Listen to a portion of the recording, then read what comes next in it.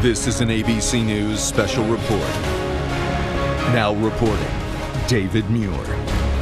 Good afternoon, everyone, and we do come on the air at this hour because there is breaking news coming out of the White House. President Trump has informed FBI Director James Comey that he has been terminated and removed from office.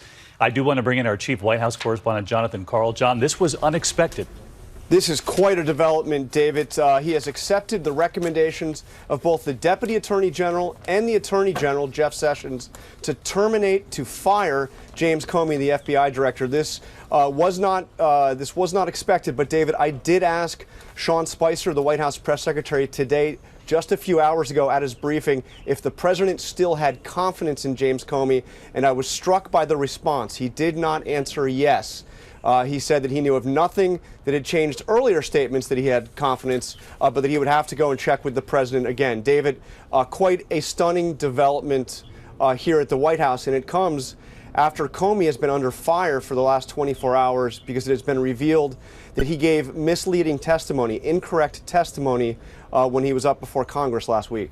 John, we should remind the American people at home who've been watching that James Comey has been under fire from both sides of the political aisle in Washington for some time. It was last summer he came under fire from Republicans who were upset that he revealed after a lengthy news conference about Hillary Clinton that he would not recommend criminal charges. Republicans unhappy with him at the time, Donald Trump in particular. But then much later in the campaign season, about 11 days before the election, he came out and said he was, in essence, reopening the investigation into Hillary Clinton. And then 2 days before the election, saying there was nothing there. Pierre Thomas, who covers the FBI, covered that story in great detail. And Pierre, again, a very controversial figure in Washington, making just about everyone in that town unhappy at one point. Exactly, David. But I can tell you this comes as a shock, and it certainly came as a shock to Comey. He had just recently talked about wanting to complete his full term, which goes for another 7 years or so. He talked about all the great work that the FBI had been doing. He also, as you recall, David, had publicly disagreed with Trump, in which when Trump talked about the fact that the Obama administration had him under surveillance, Trump had made those statements. The FBI director came out in a hearing and said that was not true, publicly disagreeing with his boss, extremely unusual. So again, there had been tension between the two men, but I can tell you, Director Comey was planning on staying on in this job. And again, as I point out, Pierre, making Republicans unhappy and not pursuing any criminal charges against Hillary Clinton, infuriating millions who supported Hillary Clinton and coming out with that investigation that turned up nothing 11 days before the campaign came to an end with Election Day. And John Karl, I want to get back to you for just a moment, because the other major complicating factor here is the fact that the FBI is in fact right now investigating any possible collusion between members of the Trump campaign team and Russia, and now the head of the FBI has been fired. Yes, and you remember the Attorney General, Jeff Sessions, has recused himself from any involvement with cases involving Russia. So Comey was an especially critical figure in that investigation, along with the Deputy Attorney General. Now, I've also received, David, a letter from President Trump that has just been released, explaining a little bit of his reasoning. He says that he accepted letters from both the Attorney General and the Deputy Attorney General, and he says, quote, "I have accepted their recommendation, and you are hereby terminated and removed from office effective immediately." This is a letter that I am told was just sent within the hour to FBI Director James Comey. He goes on to say, "While I greatly appreciate you informing me on 3 separate occasions that I am not under investigation, I nevertheless concur with the judgment of the Department of Justice that you are not able to effectively lead the Bureau." So as you pointed out, he has been under fire from Democrats, certainly from the Clinton campaign and people who were, associated with the Clinton campaign. But also, Donald Trump has expressed great frustration with Comey as well. Just last week, tweeting that Comey should have prosecuted Hillary Clinton in the email case. I want to get back to what you just said there, John, that comment now issued by the White House and President Trump. You said that President Trump talked about conversations with James Comey and that Comey said to him on several occasions, "You are not under investigation." And yet at the same time, we do know that the FBI, James Comey, did confirm that there is an ongoing investigation into people who were associated with the Trump campaign and any possible collusion with Russia. Obviously, we don't have the results of that investigation. Is that not correct?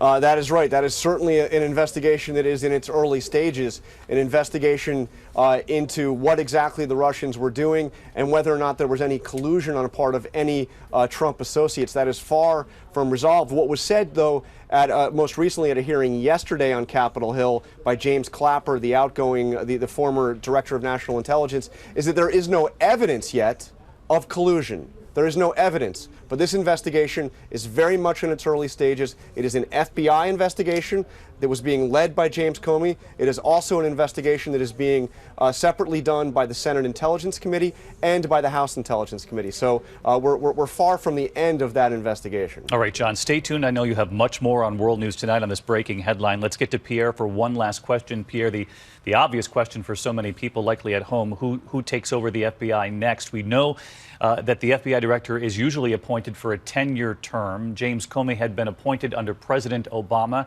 had served, I believe, about 3.5 years of that term. So what comes next? Well, David, the president will obviously have to consult Congress to try to come up with a candidate that both sides of the aisle can deal with and would support. But again, just to emphasize what Jonathan just said, you had the FBI director engaging in an investigation of the White House in terms of looking at whether Trump associates colluded with the Russians in any way, shape, or fashion during the last presidential election. The fact that that man has now been fired will be a critical question, and we'll be hearing a lot from the Democrats, David. Yeah, it's an extraordinary headline. I do want to get back to John, who has new reporting. And John, as you heard Pierre, we cannot underscore, in recent memory, an FBI director being fired who's actually investigating possible associates linked to the current president. Yeah, but I have to tell you, David, I just got a letter. It's a lengthy letter, a 3-page letter from the Deputy Attorney General going chapter and verse as to why he was recommending that Comey be fired. Just going through this, one thing that immediately stands out is this sentence, David. The director was wrong to usurp the Attorney General's authority on July 5th, 2016, and to announce his conclusion that the case against Hillary Clinton and her emails would be closed without prosecution. It is not the function of the director to make such an announcement. You remember that was that highly dramatic press conference that was held last summer where FBI Director Comey was quite critical of Hillary Clinton and how she handled the emails, but announced that he did not have enough to prosecute, and he was closing the case. So this says that that was wrong. He said, compounding the error, the director ignored another long-standing principle. We do not hold press conferences to release derogatory information about the subject of a declined criminal investigation. Very harsh words here directed from the Justice Department towards the FBI director. I also have here, David, a much shorter letter from the Attorney General, from Jeff Sessions, also with some pointed words about James Comey. Just listen to the end of this. The director of the FBI must be someone who follows faithfully the rules and principles of the Department of Justice and who sets the right example for our law enforcement officials and others in the department. Therefore, I must recommend to you, you remove Director James Comey. Remarkable statement. He is saying that effectively James Comey was not an appropriate role model for law enforcement in the country and did not reflect those ideals and those principles. That's from the Attorney General. Really, he's not only fired here, David, this is an indictment of his term and his actions during the course of the election. John, we do have that video that happened shortly after Donald Trump was elected president, his meeting at the White House after the inauguration with James Comey. The joke in the room that you're the only one perhaps more famous than I am at this point. President Trump said to, obviously, the very tall James Comey, who's, what, 6'7" or 6'8". But, John, I want to drill down on what you just reported there, because that July press conference was fairly unorthodox. It did break with precedent. James Comey coming before the public in holding a news conference, laying out a case, a scathing case against Hillary Clinton and her use of email, but then at the very end of the news conference saying he would not recommend criminal charges. Correct me if I'm wrong. What you have just reported is that the Trump administration has now taken the recommendation saying that was not right, that did not hold with precedent before him, that he should not have gone public, laying out the case, if you will, before the American people about Hillary Clinton. There's some irony here in that Donald Trump faced very difficult battle against Hillary Clinton. And now it would seem the Trump White House has fired James Comey in part because of his decision to go public about Hillary Clinton.